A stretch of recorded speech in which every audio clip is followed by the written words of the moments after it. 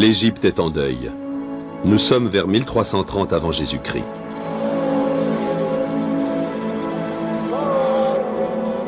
Dans la vallée des rois, des ouvriers s'affairent pour construire rapidement une tombe convenable. Le roi Toutankhamon est mort à peine âgé de 19 ans. Son hypogée n'a que 4 salles. C'est une petite tombe pour un pharaon.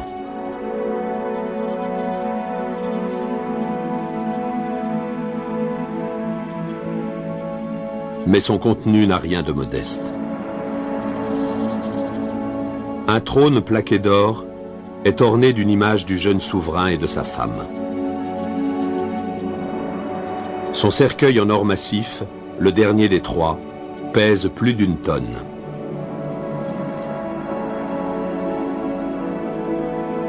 Le masque en or d'une rare beauté compte parmi les œuvres les plus admirables jamais réalisées dans le précieux métal. Le trésor de Toutankhamon, le seul retrouvé intact dans la vallée des rois, n'est qu'un reflet de l'éclat de l'Égypte pendant son âge d'or.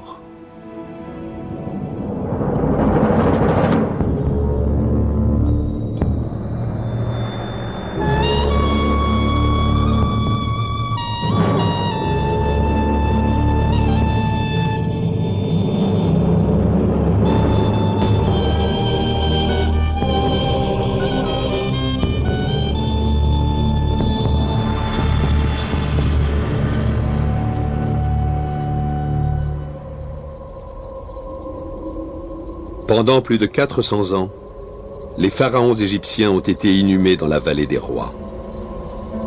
Leurs tombes étaient creusées dans la pierre, mais la chambre sépulcrale était une véritable maison d'or. À cause de son scintillement chaleureux et de sa solidité, les Égyptiens conféraient alors des pouvoirs surnaturels. Selon eux, c'était la chair même du dieu soleil Ré.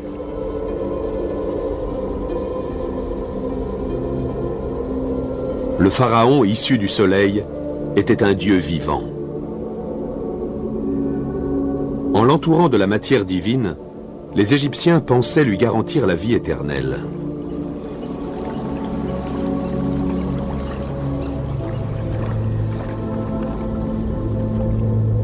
Mais il en est allé autrement. La plupart des tombes qui renfermaient des trésors fabuleux ont été ouvertes à l'Antiquité et leur contenu dérobé.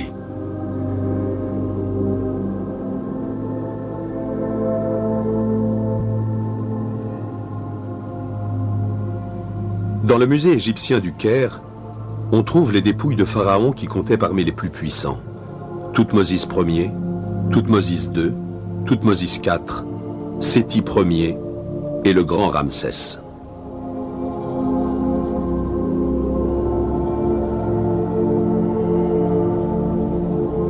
La minuscule tombe de Toutankhamon a sombré dans l'oubli, tout comme son nom.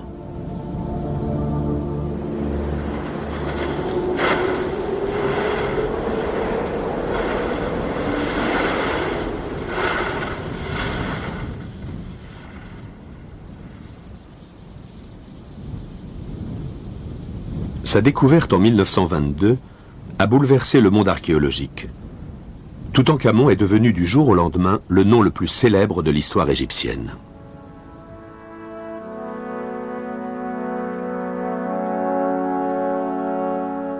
Ces trésors apportaient une preuve de l'extraordinaire richesse et de la puissance de l'ancienne civilisation égyptienne.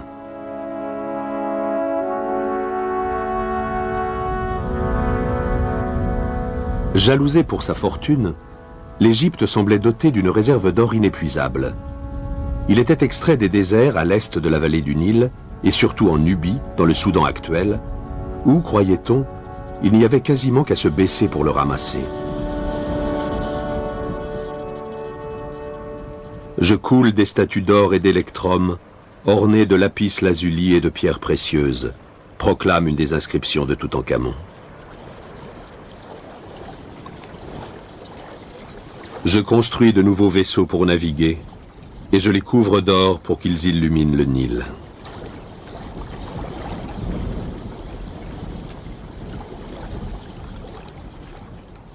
Toutankhamon était l'un des 14 rois de la 18e dynastie. Vers 1550 avant Jésus-Christ, le nouvel empire commence avec Ahmosé, en grec Ahmosis, le fondateur de la dynastie. Jamais le monde n'avait vu un empire aussi glorieux.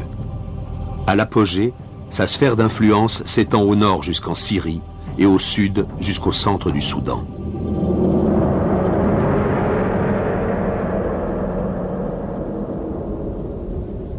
Avant le règne d'Ahmosé, l'empire est morcelé. Depuis une centaine d'années, le pays est dirigé par des étrangers.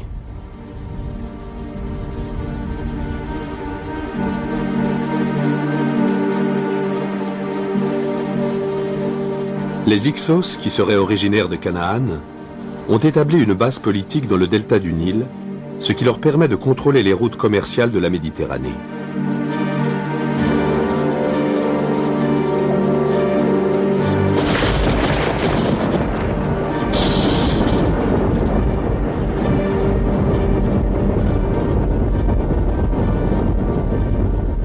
Ils sont avantagés par des techniques militaires plus modernes. Leur hache de guerre est conçue pour transpercer. Leurs arcs, faits de bois, de nerfs et de cornes, ont une très longue portée. Mais c'est leur mobilité qui les rend presque invincibles.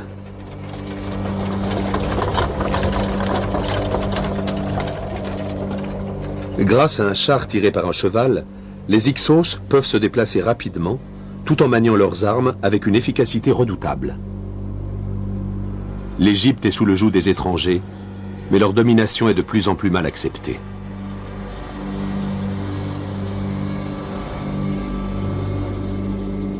À Thèbes, des souverains locaux se proclament les rois légitimes d'Égypte et finissent par se révolter. Un des membres de la famille royale, le roi Sekenenreta, paiera de sa vie cet acte de rébellion.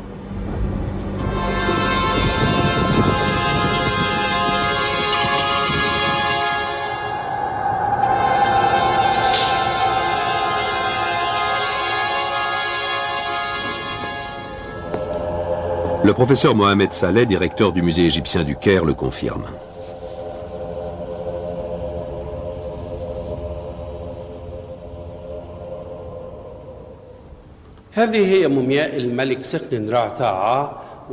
Voici la momie de Sekenreta, mort sur le champ de bataille contre les Hyksos. Quand nous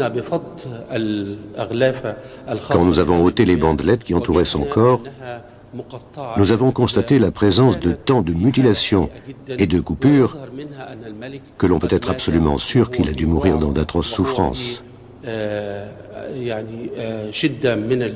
Les coupures du visage pouvaient seulement provenir d'armes apportées en Égypte par les Hyksos pour la première fois.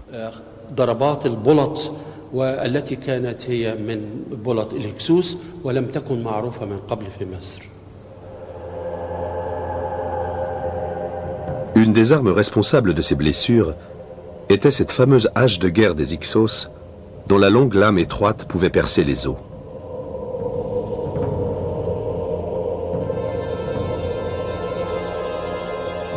Humilié par la présence de dirigeants étrangers sur le sol égyptien, Sekenenreta prend la tête de la première rébellion contre les Hyksos. À sa mort, son fils présumé, Kamosé, reprend le flambeau.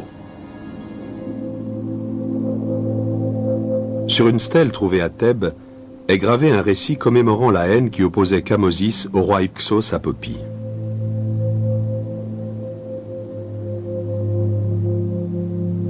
Aussi vrai le puissant Amon est durable, je ne te laisserai pas en paix, promet l'Égyptien à son ennemi. Je ne te laisserai pas fouler les champs sans te poursuivre. Ô cœur infâme, ville asiatique, je boirai le vin de tes vignobles, dévasterai ta demeure, abattrai tes arbres.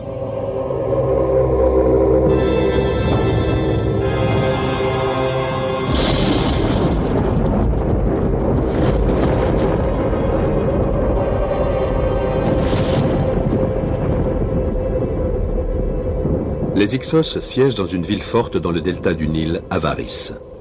De là, ils dominent l'Égypte depuis un siècle. Comme la tombe de Toutankhamon, Avaris avait disparu sans laisser de traces.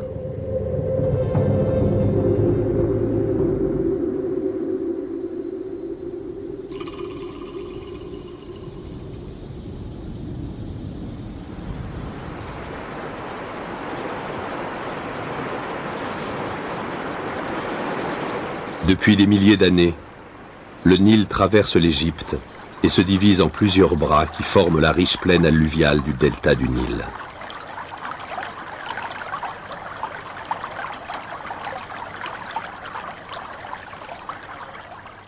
C'est là que les Hyksos ont bâti leur capitale. Longtemps, les archéologues ont essayé de la localiser.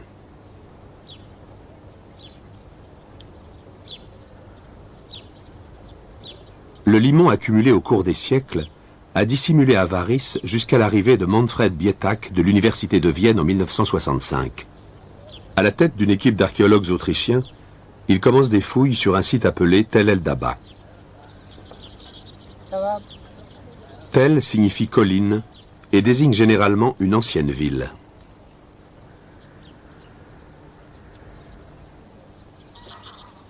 Des poteries enfouies dans des centaines de fosses indiquent à Bietak qu'il se trouve sur le site d'Avaris. Pour un expert, il est évident qu'il ne s'agit pas d'une ville égyptienne. Les maisons et les temples sont semblables aux constructions de Canaan et de Syrie.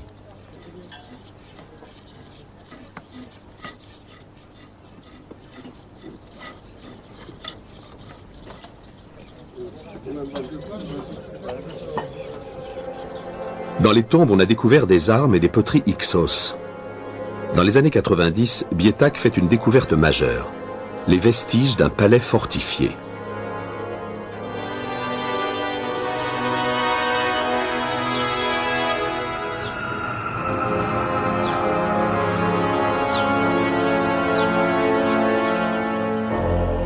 Entouré d'un mur gigantesque, il se caractérise par une citadelle stratégiquement située sur un ancien affluent du Nil.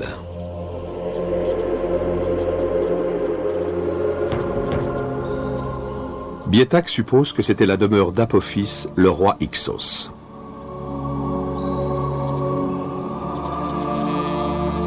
Kamosé a menacé d'attaquer Avaris et d'en chasser les Hyksos. Tandis qu'il se prépare à mettre son projet à exécution, Apophis conçoit un plan.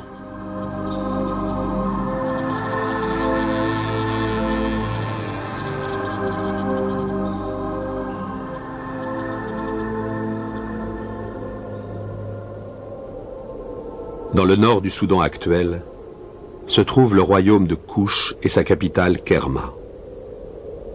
Vers 1555 avant Jésus-Christ, un messager quitte Avaris. Sa mission est de traverser le désert en direction du sud pour se rendre à Kerma. Mais il est intercepté avant d'atteindre son but.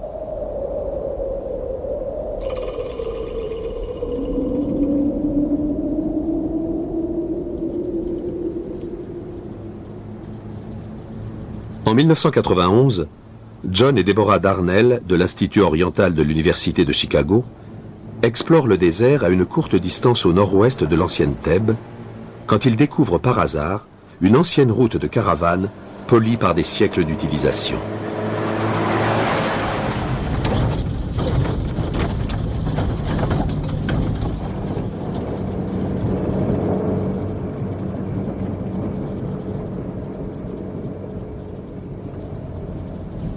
La route les conduit à une colline qu'ils nomment le Djebel Chaouti.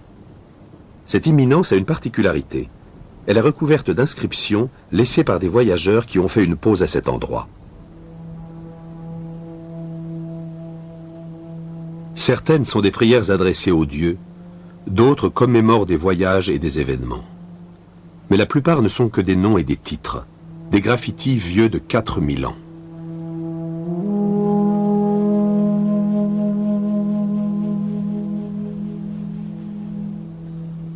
Parmi ces inscriptions, certaines sont de véritables œuvres d'art.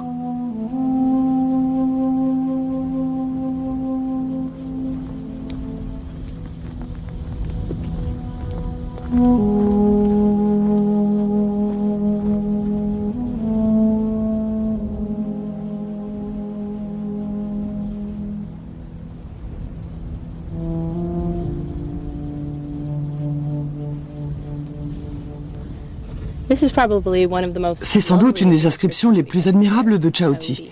C'est un petit faucon royal portant une double couronne. Ce qui est extraordinaire, c'est qu'on a l'impression que l'artiste a vraiment choisi l'endroit où il allait graver son inscription. Cette traînée sur la pierre, qui est une inclusion saline, a dû suggérer la forme d'un faucon, car il a choisi cet endroit précis pour accentuer son tracé.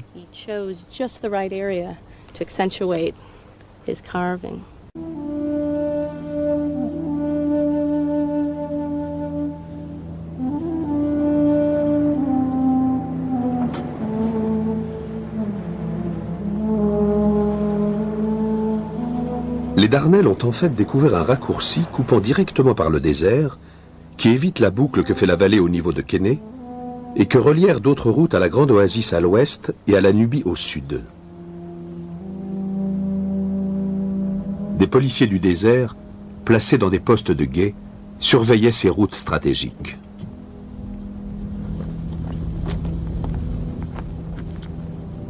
À la place de ces ruines, s'élevaient autrefois 2 tours d'une dizaine de mètres de haut.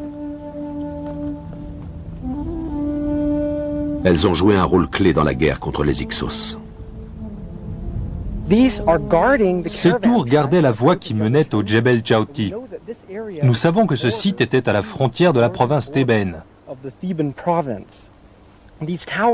Il semble qu'à l'époque de Kamosis, ces tours protégeaient les routes caravanières et servaient de base aux policiers qui gardaient la porte étroite du désert, comme l'appellent les Égyptiens, autrement dit la porte de derrière.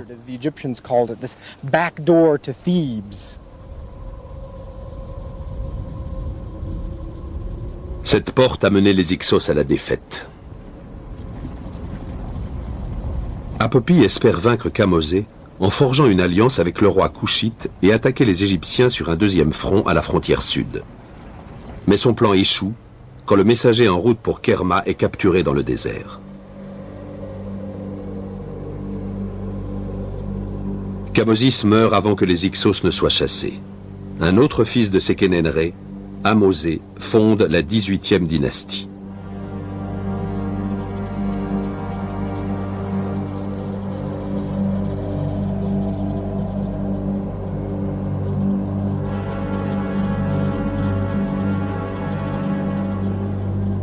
Déterminé à libérer l'Égypte, il décide de prendre l'ennemi à son propre jeu en adoptant certaines des armes redoutables des Hyksos.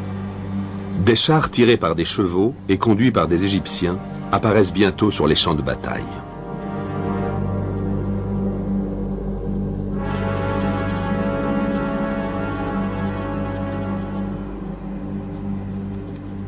Les détails de la victoire sur les Hyksos auraient disparu à jamais si on avait retrouvé une remarquable série d'inscriptions près d'un petit village de Haute-Égypte, El Kab.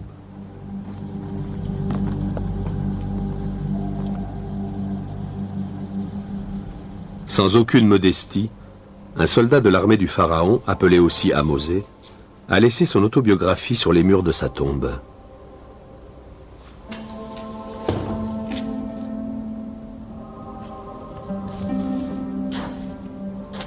Viviane Davis, du département des antiquités égyptiennes du British Museum, fait connaître cet homme qui s'est élevé au rang d'officier supérieur et a reçu de hautes décorations pour son courage. La plus grande récompense pour un soldat de l'ancienne Égypte était de recevoir du roi l'or de l'honneur. Cet homme a été décoré à 7 reprises. Il devait être un héros militaire de l'époque. On le voit ici revêtu fièrement de cet or de l'honneur, des bracelets en or massif.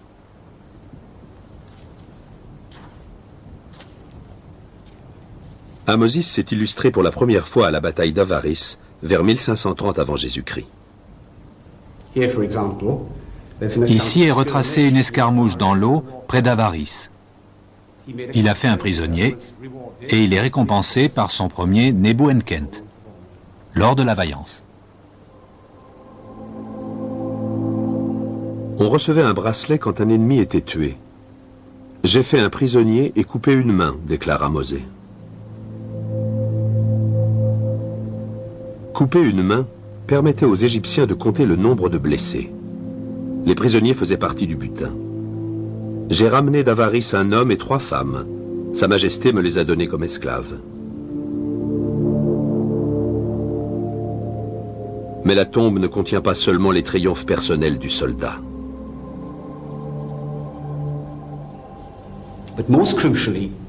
La tombe contient aussi une autre information. Her Hakut Waret. Avaris est tombé, le roi Ahmosis a donc vaincu les Hyksos.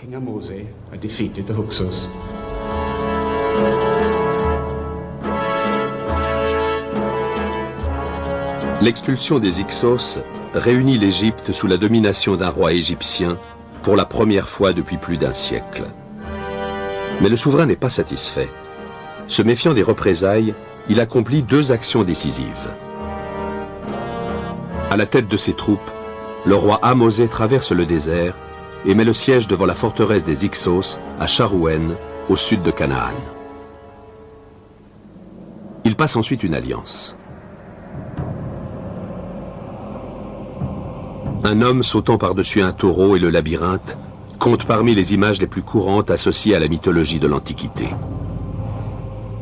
Ces représentations viennent du palais de Knossos en Crète, où aurait vécu le légendaire roi Minos et un animal fabuleux, le Minotaure. La puissante civilisation minoenne contrôlait la mer Égée.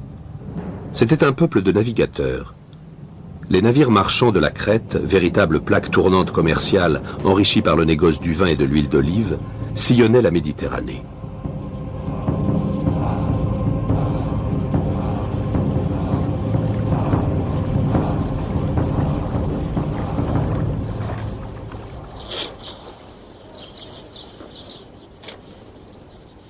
En 1991, tandis qu'il fouille un palais d'Avaris construit par Ahmosé après l'expulsion des Hyksos, Manfred Bietak et son équipe font une découverte étonnante.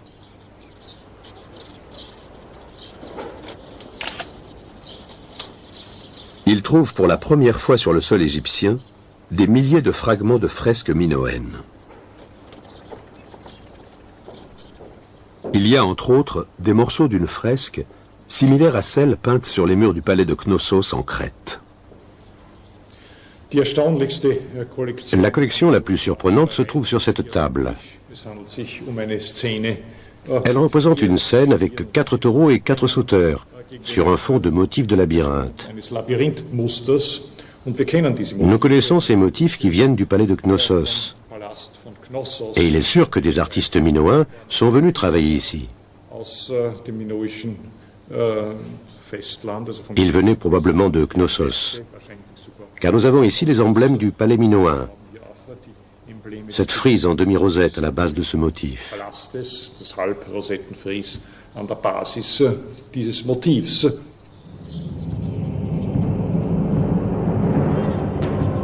L'athlète sautant par-dessus un taureau est un défi sportif qui représente la domination de l'homme sur l'animal.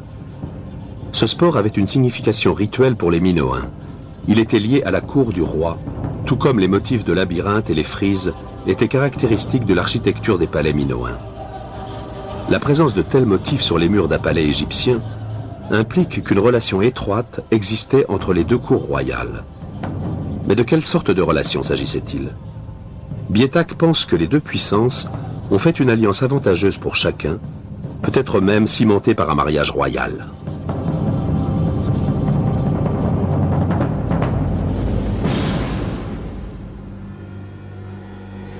Même après sa victoire à Avaris, le roi Ahmosé craint toujours le retour des Hyksos. Cette fois, l'attaque ne pourra venir que de la mer. Les Minoens sont la grande puissance maritime de l'époque. Si elle s'allie avec eux, l'Égypte sera protégée. En échange, les Minoens seront généreusement récompensés. Leurs navires repartiront chargés d'or égyptien. L'or est le bien le plus prisé du monde antique.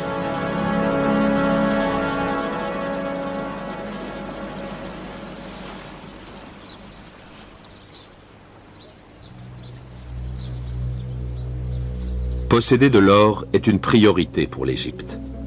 Mais les plus grosses réserves se trouvent en Nubie. Une fois la sécurité de ses frontières au nord assurée, le roi Ahmosé veut se venger de l'allié des Hyksos, le royaume de Couche. À l'époque, cet empire riche et puissant s'étend sur plusieurs centaines de kilomètres de la frontière sud de l'Égypte au Soudan. Sa capitale, Kerma, est la plus ancienne et la plus grande ville d'Afrique, si l'on accepte les cités égyptiennes.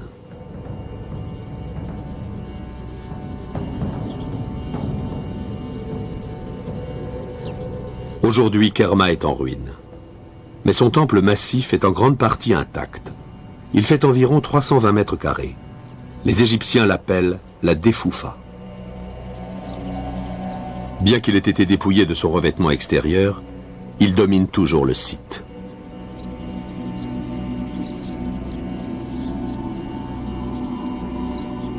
En 1977, Charles Bonnet, directeur de la mission archéologique suisse au Soudan, qui faisait des fouilles à Kerma, a commencé à explorer la Defoufa.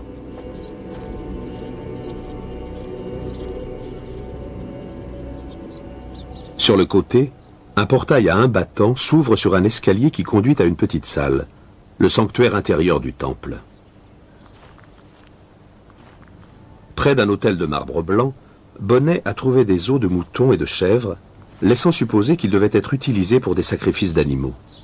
Nous sommes ici au centre d'un monument très énigmatique, qu'on appelle encore aujourd'hui la Defoufa. C'est un nom nubien très ancien qui signifie une élévation faite par l'homme, qu'on voit de loin. Et cette pierre étonnante, un marbre dolomitique, nous n'avons pas retrouvé les carrières dans la région, est un autel.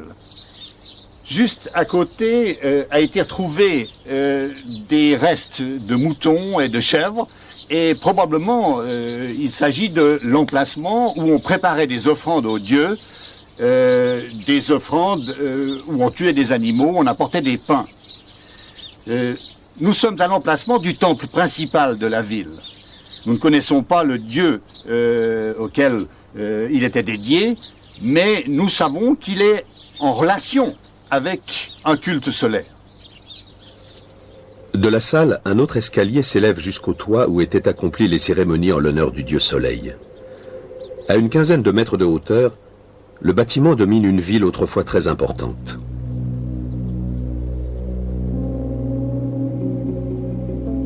À son apogée en 1550 avant Jésus-Christ, Kerma devait inspirer la crainte et le respect.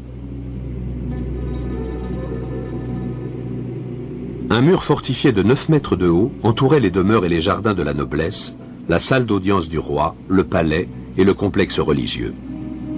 Recouvert de plâtre blanc, avec des pylônes de plus de 20 mètres de haut, l'édifice était magnifique, même à l'échelle égyptienne.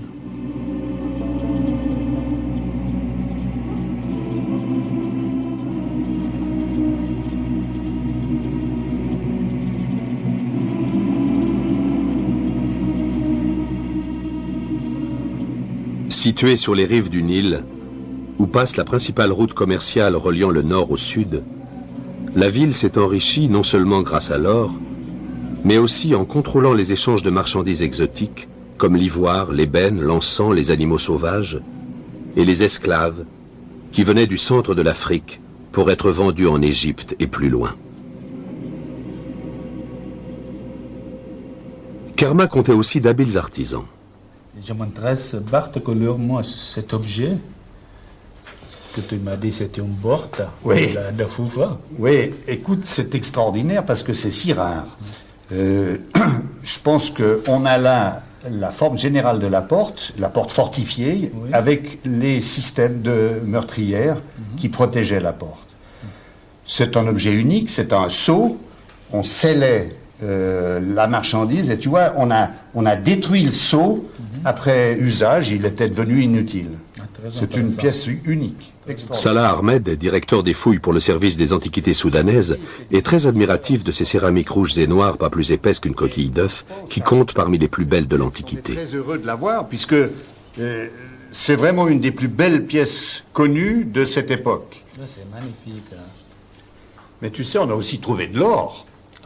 C'est le pays de l'or ici. Un des rares objets d'or à Kerma. Oui. C'est magnifique. Toutes les tombes sont pillées à cause de cet or. C'est pour ça que j'aime pas en trouver trop. Mais comment un royaume de plusieurs milliers d'habitants Pouvait-il subvenir à ses besoins dans ce désert aride? C'est un des grands mystères qui entourent Kerma.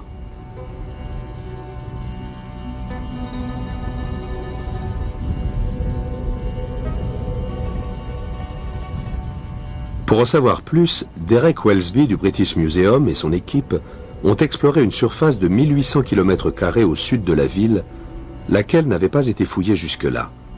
Ils ont découvert 400 sites datant pour la plupart de l'époque de Kerma.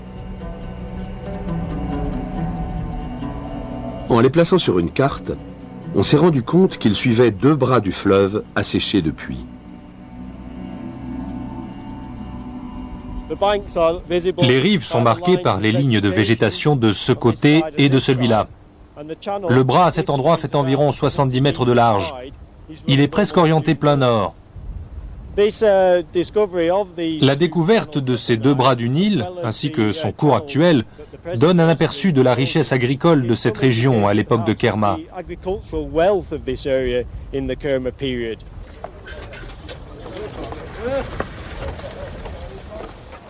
Si la vallée était irriguée par 2 bras du Nil, les paysans disposaient de centaines d'hectares de terres arables.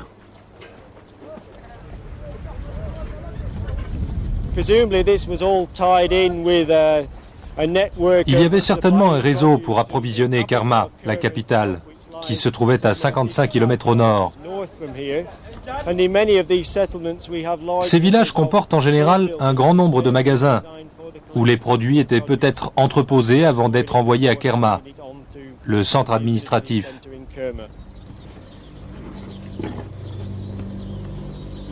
Derek Welsby a fait une autre découverte très instructive. La nature a joué un tour cruel à Kerma et au royaume de Kush.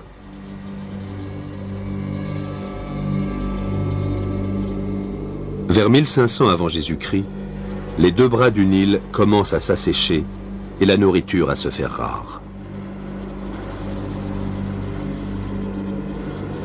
Mais venant du nord, une menace plus immédiate pèse sur le royaume au moment de cette crise.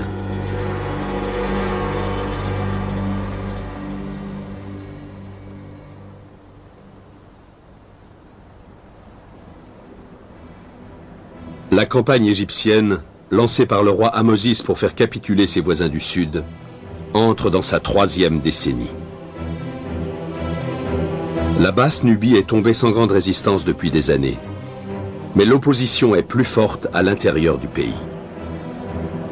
Le soldat Ahmosis qui s'est battu avec tant de bravoure à Avaris est monté en grade. Il est désormais guerrier du souverain et sert dans l'armée de Thoutmosis Ier.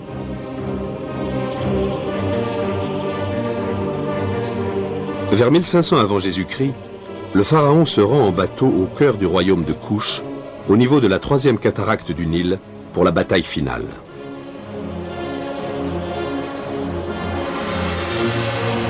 À quelques kilomètres au nord de Kerma, le combat s'engage entre l'armée de Thoutmosis et les Nubiens. Sa Majesté a visé et sa première flèche a percé la poitrine de l'ennemi, raconte Ahmosis. L'ennemi a fait demi-tour pour s'enfuir. Ils ont été massacrés et leurs proches emmenés comme esclaves.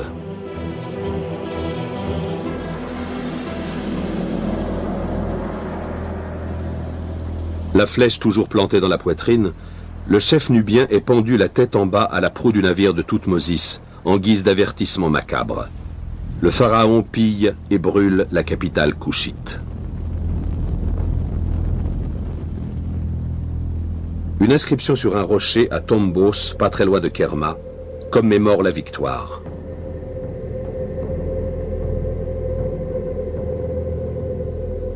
Il a renversé le chef des Nubiens, aucun d'eux n'a survécu. Les archers nubiens massacrés gisent dans leurs plaines, leurs viscères remplissent les vallées, leur sang ruisselle comme la pluie.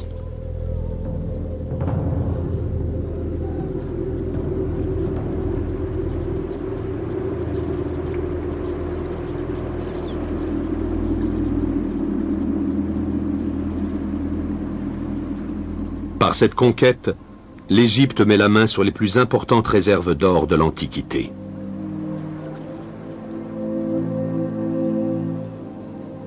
Le métal précieux et les denrées exotiques africaines viennent enrichir le trésor des pharaons.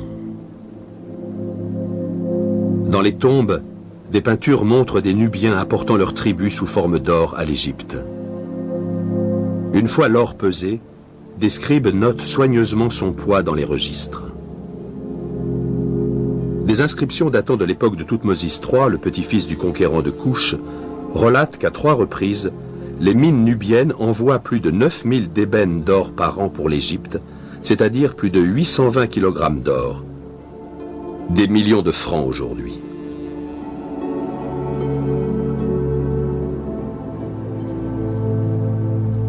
Décidée à annexer la Nubie, l'Égypte pratique une politique d'assimilation délibérée.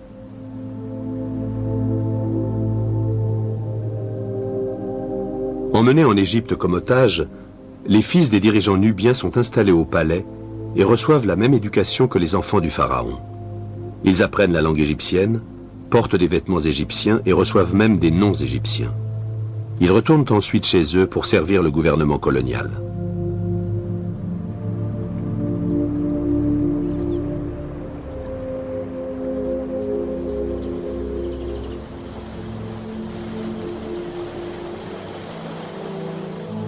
Le personnage le plus haut placé est le vice-roi de Couche. C'est le gardien des terres de l'or, chargé de veiller à ce que les richesses nubiennes continuent d'affluer vers l'Égypte.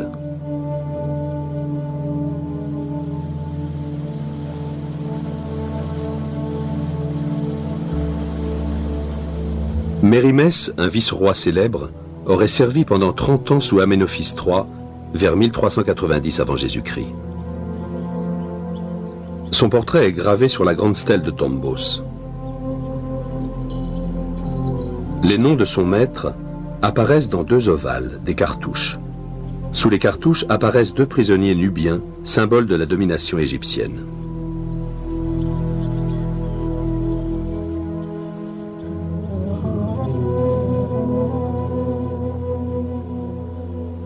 Mérimès a obtenu une tombe à Thèbes en récompense de ses services.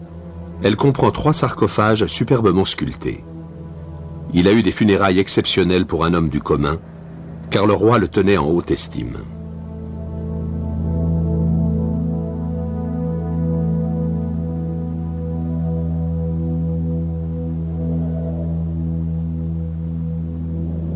Son souverain, Aménophis III, est le 9e pharaon du Nouvel Empire.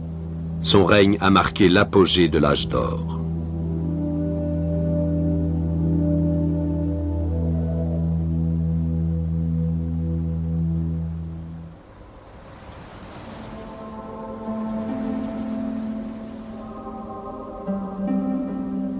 À sa mort en 1352 avant Jésus-Christ, il est certainement l'homme le plus riche du monde.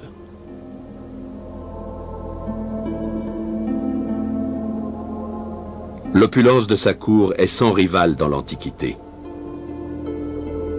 Pendant son règne qui a duré presque 40 ans, il a transformé le paysage de la vallée du Nil.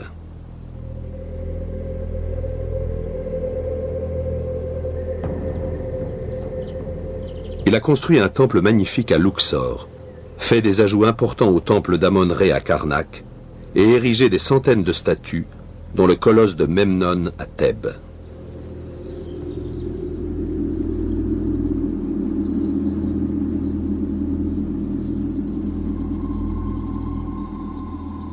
Les autres pays du monde méditerranéen envient l'Égypte et le prestige du pharaon n'a jamais été aussi grand. Les rois étrangers lui écrivent pour le prier de leur envoyer de l'or. Grand roi, roi d'Égypte, mon frère, dans ton pays l'or est comme la poussière, il n'y a qu'à le ramasser. Pourquoi es-tu si avare?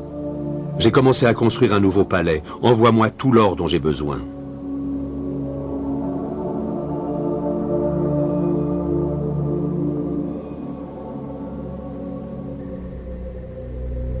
Mais pendant le Nouvel Empire, plus d'or entrait en Égypte qu'il n'en sortait. Même ceux qui servaient le pharaon en bénéficiaient.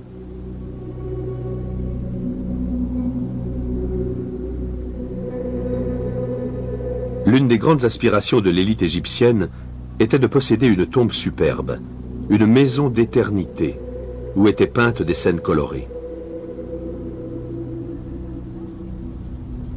En haut d'une colline, sur la rive ouest du Nil, à Thèbes, se trouve la tombe de Souemnout, un échanson royal, récompensé pour avoir servi Amenophis II.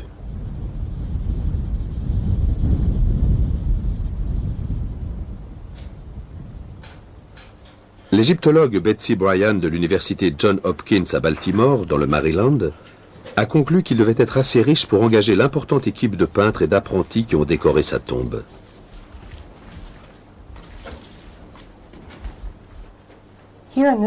Ici, dans ce coin, nous avons un travail réalisé par un véritable artiste, un spécialiste qui n'a même pas eu besoin d'utiliser la grille que l'on trouve sur les murs ailleurs dans la tombe.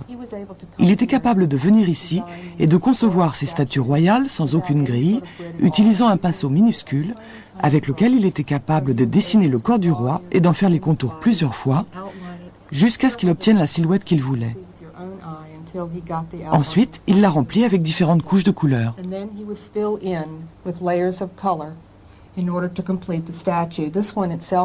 Celle-ci aurait certainement été terminée en noir pour indiquer la résurrection du roi. L'autre devait avoir la peau jaune, tandis que celle-là était sûrement rouge une fois achevée. Sans grille, il est très difficile de positionner les proportions. Pourtant, cet homme les a réussi à la perfection, car c'était un grand spécialiste.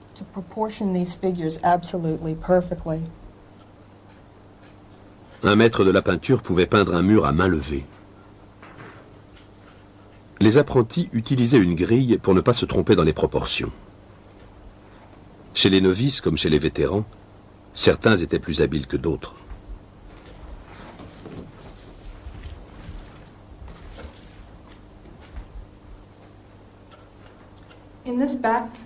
Dans la partie sombre de la tombe, officiaient les artistes les moins doués, ceux qui étaient apprentis depuis peu ou ceux qui atteignaient la fin de leur carrière.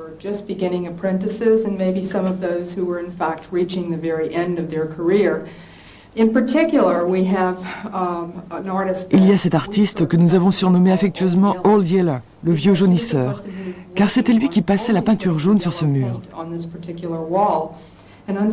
Malheureusement, il ne devait pas avoir une très bonne vue.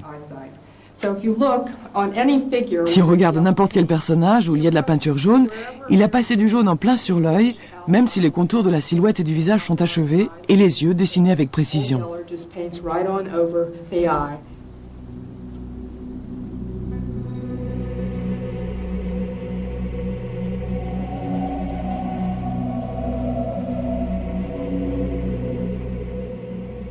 Pendant que les apprentis pratiquaient leur art au profit de l'élite et des riches, seuls les plus grands maîtres avaient accès à la tombe des pharaons.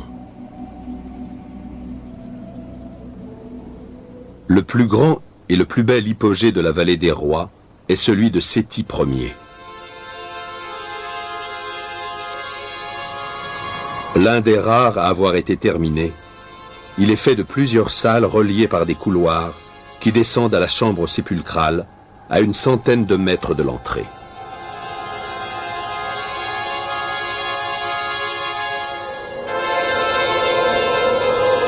Creuser une tombe prenait environ 2 ans. La décorer était encore plus long.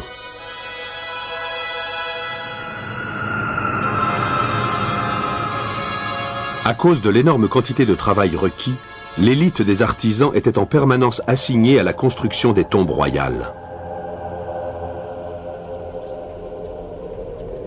À quelques kilomètres de la vallée des rois, se trouve Deir el Medina, un village qui abritait les maçons, les sculpteurs, les dessinateurs, les charpentiers de la place de vente de la nécropole. Ils se transmettaient leur art de père en fils.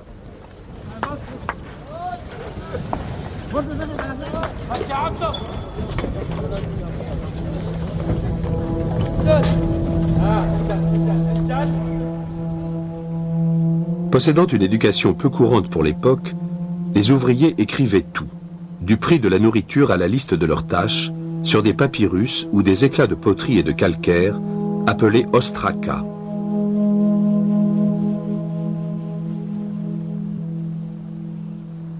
Ces archives montrent qu'il s'agissait d'un village assez riche, comme le laissait présager la taille et la qualité de leurs tombes.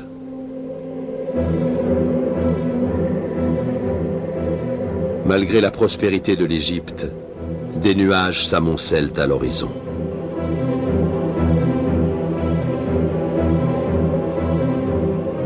À la mort de Séti Ier en 1279 avant Jésus-Christ, les dieux qui comblent l'Égypte de leur faveur depuis si longtemps semblent se désintéresser de l'Empire. Au nord, les Hittites menacent les Égyptiens. En 1274 avant Jésus-Christ, le successeur de Séti, Ramsès II, livre bataille à Kadesh en Syrie. Célébrée sur les murs des temples égyptiens comme une grande victoire du nouveau roi, elle aboutit à un statu quo qui s'achève par le premier grand traité de paix connu de l'histoire.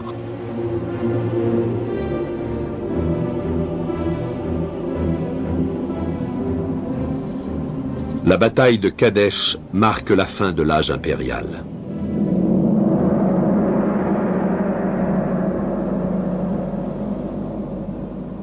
Comme pour mieux le souligner, la source d'or nubienne se tarit à la suite de changements climatiques qui rendent le désert plus aride, donc plus difficile à traverser. Le don annuel de Ramsès III au temple de Karnak n'est que de 9 d'ébène d'or, environ 8 kg, une misère en comparaison de la prodigalité de ses prédécesseurs.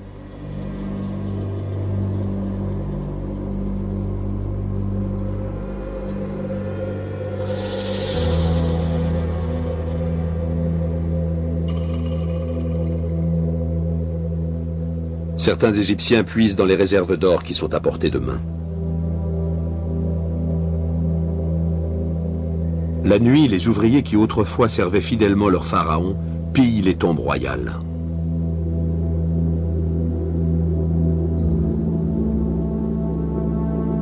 Ce procès-verbal d'interrogatoire relate les aveux du maçon Amen Pandoufé. Nous avons ouvert les cercueils extérieurs et intérieurs où se trouvait la noble momie du roi. De nombreuses amulettes et des parures d'or entouraient son cou. Nous avons volé beaucoup d'objets et nous nous les sommes partagés. 20 d'ébène d'or par personne. Puis nous avons brûlé la momie.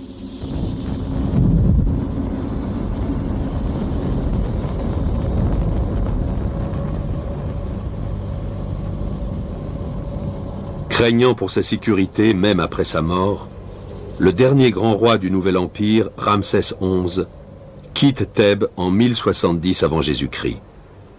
Sa tombe est inachevée et aucun pharaon ne sera plus enterré dans la vallée des rois.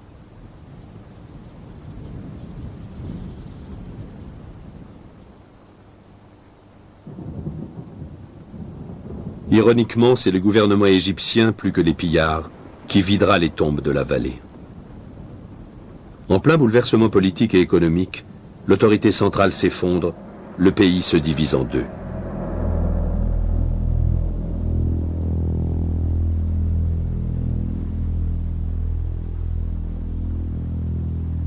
L'or diminuant, les tombes royales représentent une tentation irrésistible.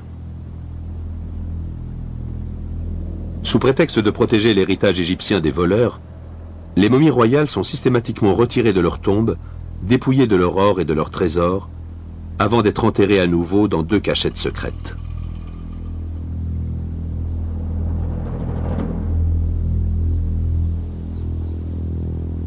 Elles y resteront pendant 3000 ans. À la fin du XIXe siècle, on les redécouvre et on les transporte au musée du Caire.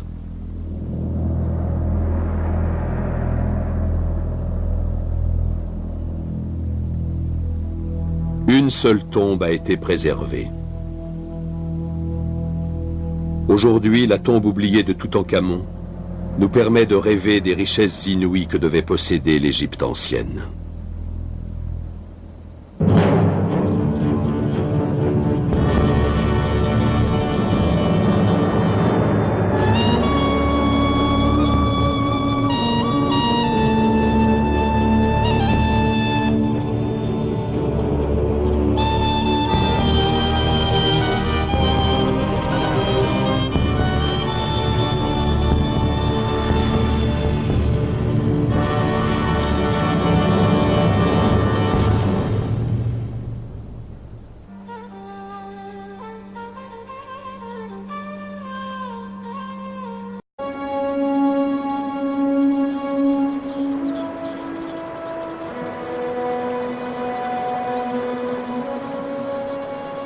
L'Égypte est en deuil.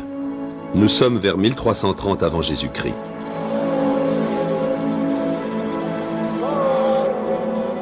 Dans la vallée des rois, des ouvriers s'affairent pour construire rapidement une tombe convenable. Le roi Toutankhamon est mort à peine âgé de 19 ans. Son hypogée n'a que 4 salles. C'est une petite tombe pour un pharaon.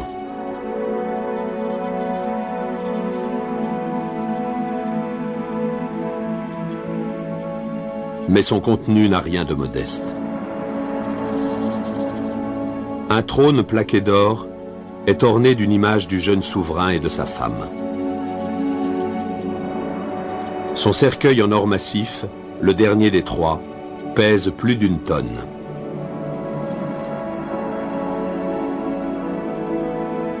Le masque en or d'une rare beauté compte parmi les œuvres les plus admirables jamais réalisées dans le précieux métal. Le trésor de Toutankhamon, le seul retrouvé intact dans la vallée des rois, n'est qu'un reflet de l'éclat de l'Égypte pendant son âge d'or.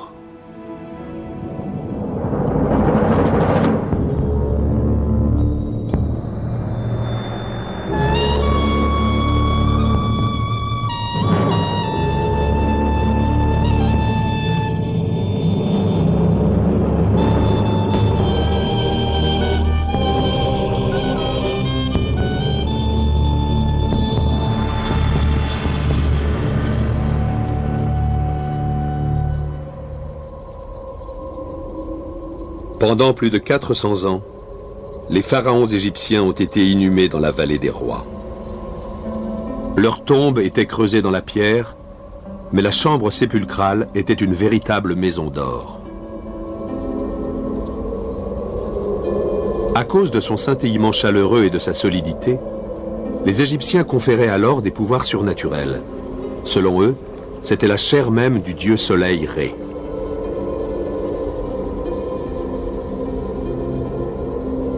Le pharaon issu du soleil était un dieu vivant. En l'entourant de la matière divine, les Égyptiens pensaient lui garantir la vie éternelle.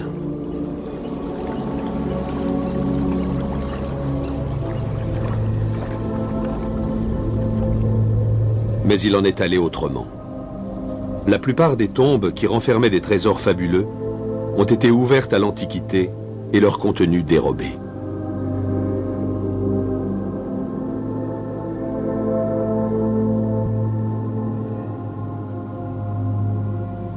Dans le musée égyptien du Caire, on trouve les dépouilles de pharaons qui comptaient parmi les plus puissants.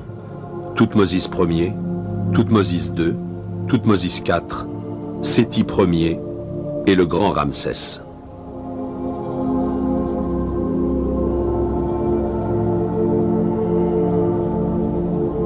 La minuscule tombe de Toutankhamon a sombré dans l'oubli, tout comme son nom.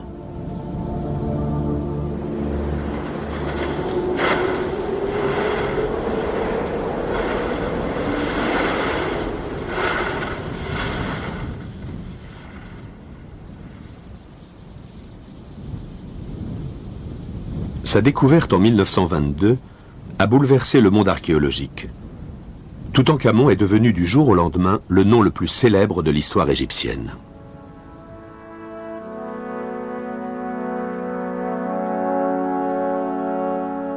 Ces trésors apportaient une preuve de l'extraordinaire richesse et de la puissance de l'ancienne civilisation égyptienne.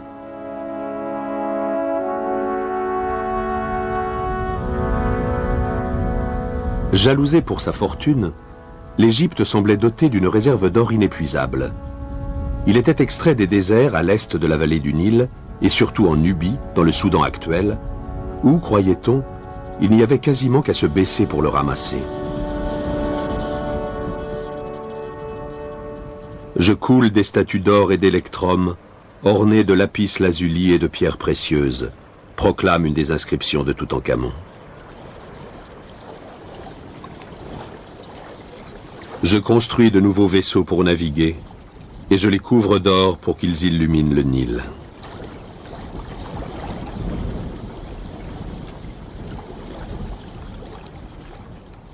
Toutankhamon était l'un des 14 rois de la 18e dynastie.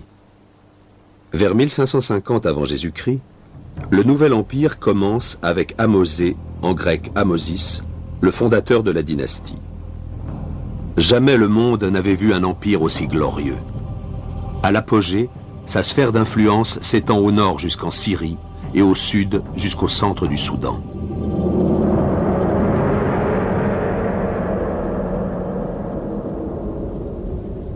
Avant le règne d'Ahmosé, l'empire est morcelé. Depuis une centaine d'années, le pays est dirigé par des étrangers.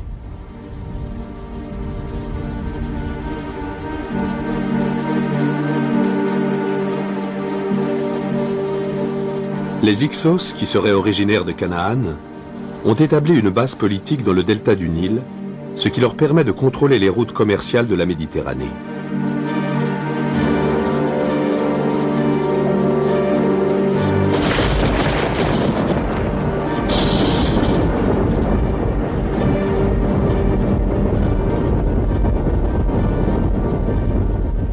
Ils sont avantagés par des techniques militaires plus modernes. Leur hache de guerre est conçue pour transpercer. Leurs arcs, faits de bois, de nerfs et de cornes, ont une très longue portée. Mais c'est leur mobilité qui les rend presque invincibles.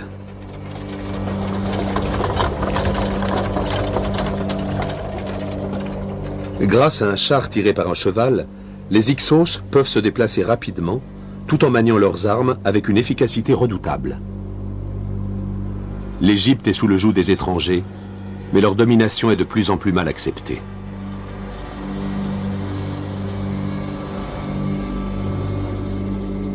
À Thèbes, des souverains locaux se proclament les rois légitimes d'Égypte et finissent par se révolter.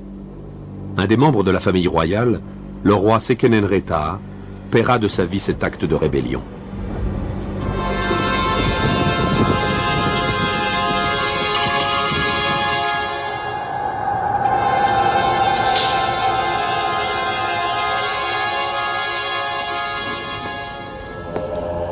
Le professeur Mohamed Saleh, directeur du musée égyptien du Caire, le confirme.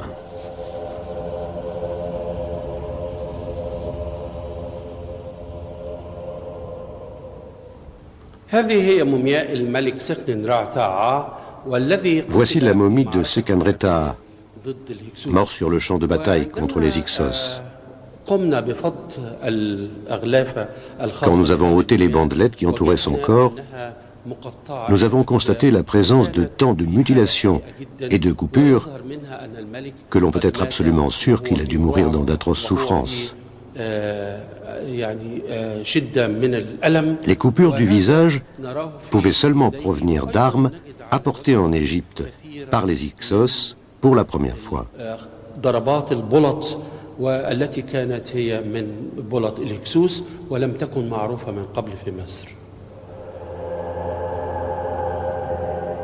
Une des armes responsables de ces blessures était cette fameuse hache de guerre des Hyksos, dont la longue lame étroite pouvait percer les os.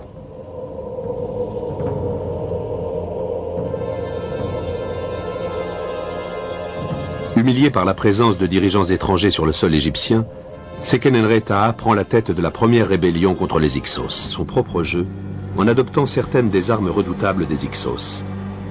Des chars tirés par des chevaux et conduits par des Égyptiens apparaissent bientôt sur les champs de bataille.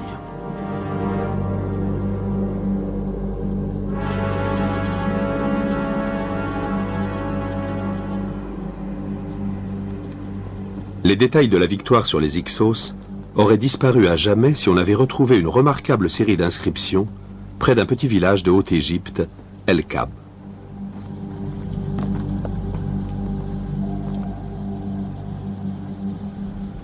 Sans aucune modestie, un soldat de l'armée du pharaon, appelé aussi Ahmosé, a laissé son autobiographie sur les murs de sa tombe.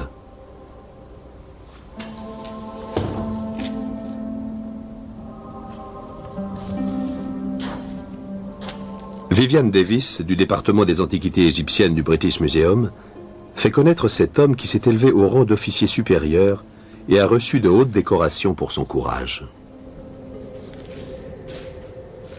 La plus grande récompense pour un soldat de l'ancienne Égypte était de recevoir du roi l'or de l'honneur.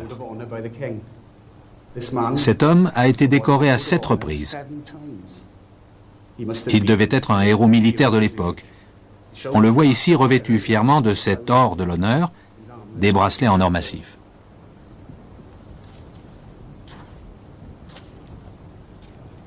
Ahmosis s'est illustré pour la première fois à la bataille d'Avaris, vers 1530 avant Jésus-Christ. Ici est retracée une escarmouche dans l'eau près d'Avaris. Il a fait un prisonnier et il est récompensé par son premier Nebu-Enkent, lors de la vaillance. On recevait un bracelet quand un ennemi était tué. « J'ai fait un prisonnier et coupé une main », déclare Ahmosé. Couper une main permettait aux Égyptiens de compter le nombre de blessés. Les prisonniers faisaient partie du butin. « J'ai ramené d'Avaris un homme et 3 femmes. Sa Majesté me les a donnés comme esclaves. » Mais la tombe ne contient pas seulement les triomphes personnels du soldat.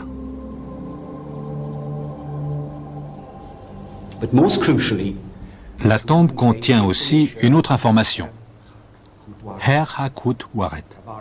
Avaris est tombé, le roi Ahmosis a donc vaincu les Hyksos.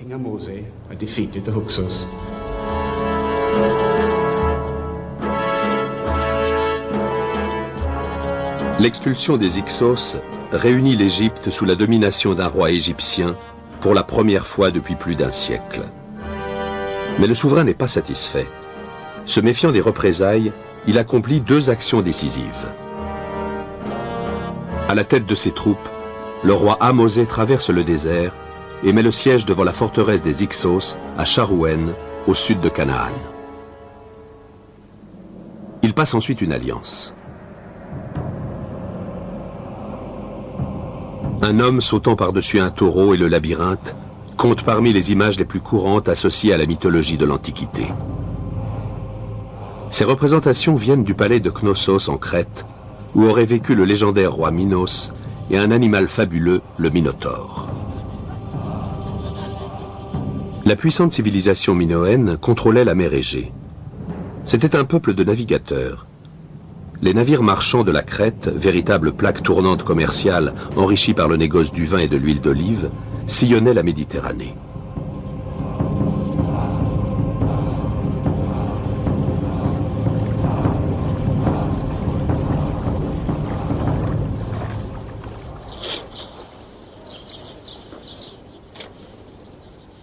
En 1991, tandis qu'il fouille un palais d'Avaris construit par Ahmosé après l'expulsion des Hyksos, Manfred Bietak et son équipe font une découverte étonnante.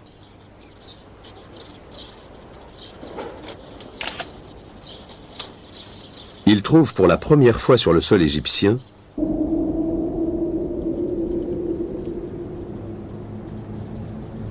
en 1991, John et Deborah Darnell de l'Institut oriental de l'Université de Chicago explorent le désert à une courte distance au nord-ouest de l'ancienne Thèbes, quand ils découvrent par hasard une ancienne route de caravane polie par des siècles d'utilisation.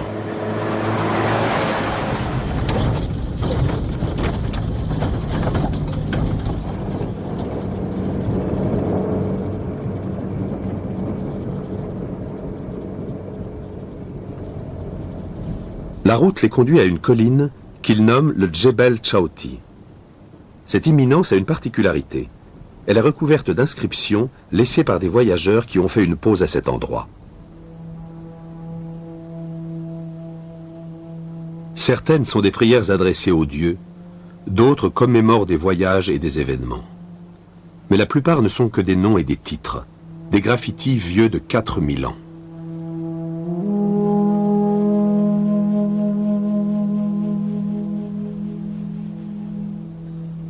Parmi ces inscriptions, certaines sont de véritables œuvres d'art.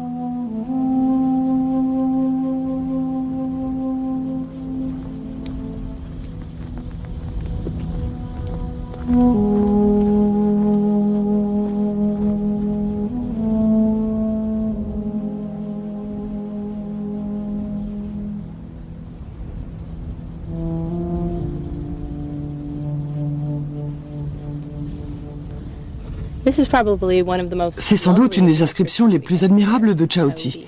C'est un petit faucon royal portant une double couronne. Ce qui est extraordinaire, c'est qu'on a l'impression que l'artiste a vraiment choisi l'endroit où il allait graver son inscription. Cette traînée sur la pierre, qui est une inclusion saline, a dû suggérer la forme d'un faucon, car il a choisi cet endroit précis pour accentuer son tracé.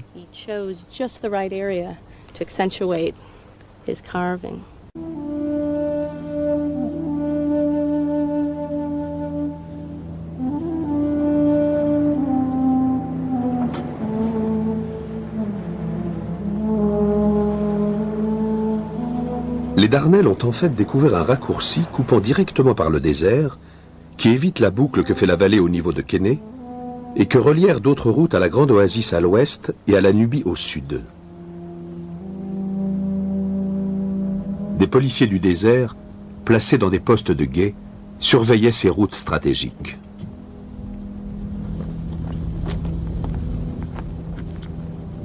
À la place de ces ruines, s'élevaient autrefois 2 tours d'une dizaine de mètres de haut. Elles ont joué un rôle clé dans la guerre contre les Hyksos. Ces tours gardaient la voie qui menait au Djebel Chaoti. Nous savons que ce site était à la frontière de la province thébaine. Il semble qu'à l'époque de Kamosis, ces tours protégeaient les routes caravanières et servaient de base aux policiers qui gardaient la porte étroite du désert, comme l'appellent les Égyptiens, autrement dit la porte de derrière.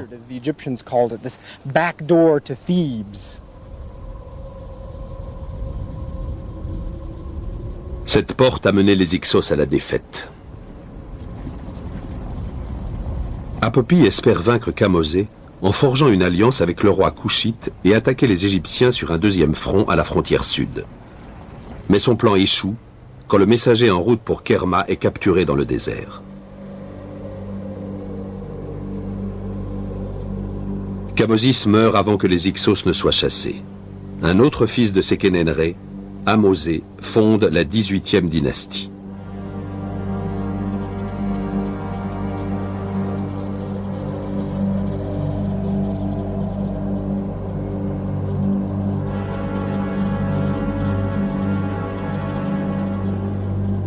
Déterminé à libérer l'Égypte, il décide de prendre l'ennemi à sa mort, son fils présumé, Kamosé, reprend le flambeau. Sur une stèle trouvée à Thèbes est gravé un récit commémorant la haine qui opposait Kamosis au roi Hyksos Apopi.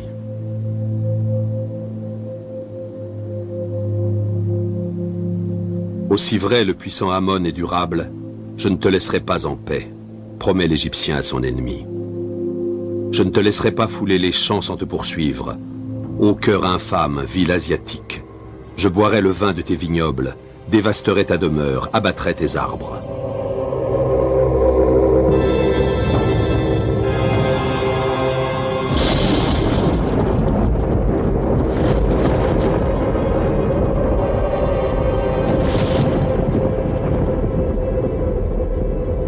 Les Hyksos siègent dans une ville forte dans le delta du Nil, Avaris.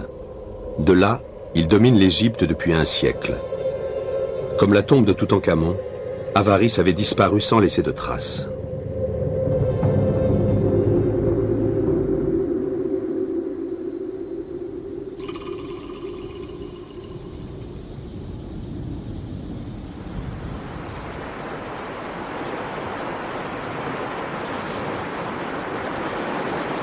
Depuis des milliers d'années, le Nil traverse l'Égypte et se divise en plusieurs bras qui forment la riche plaine alluviale du delta du Nil.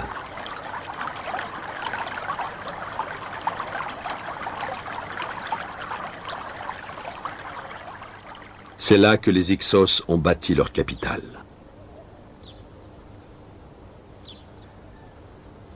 Longtemps, les archéologues ont essayé de la localiser.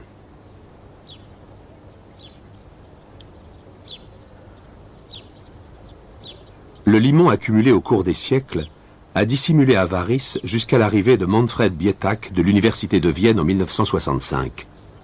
À la tête d'une équipe d'archéologues autrichiens, il commence des fouilles sur un site appelé Tel el-Daba.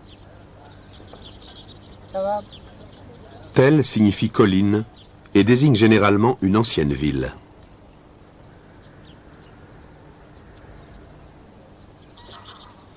Des poteries enfouies dans des centaines de fosses indiquent à Bietak qu'il se trouve sur le site d'Avaris.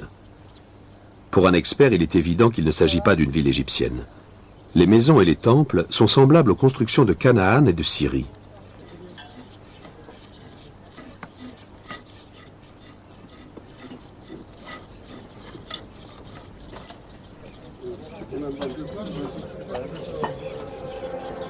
Dans les tombes, on a découvert des armes et des poteries Hyksos.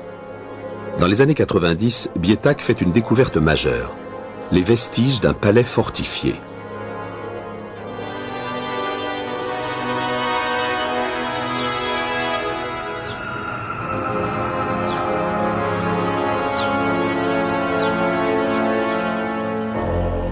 Entouré d'un mur gigantesque, il se caractérise par une citadelle stratégiquement située sur un ancien affluent du Nil.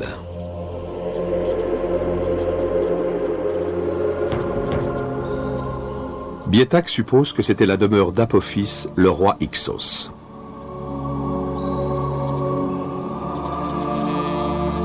Kamosé a menacé d'attaquer Avaris et d'en chasser les Hyksos.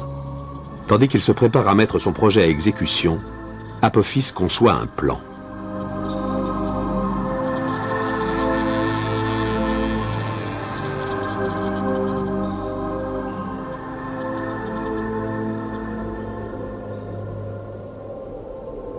Dans le nord du Soudan actuel, se trouve le royaume de Kouch et sa capitale Kerma.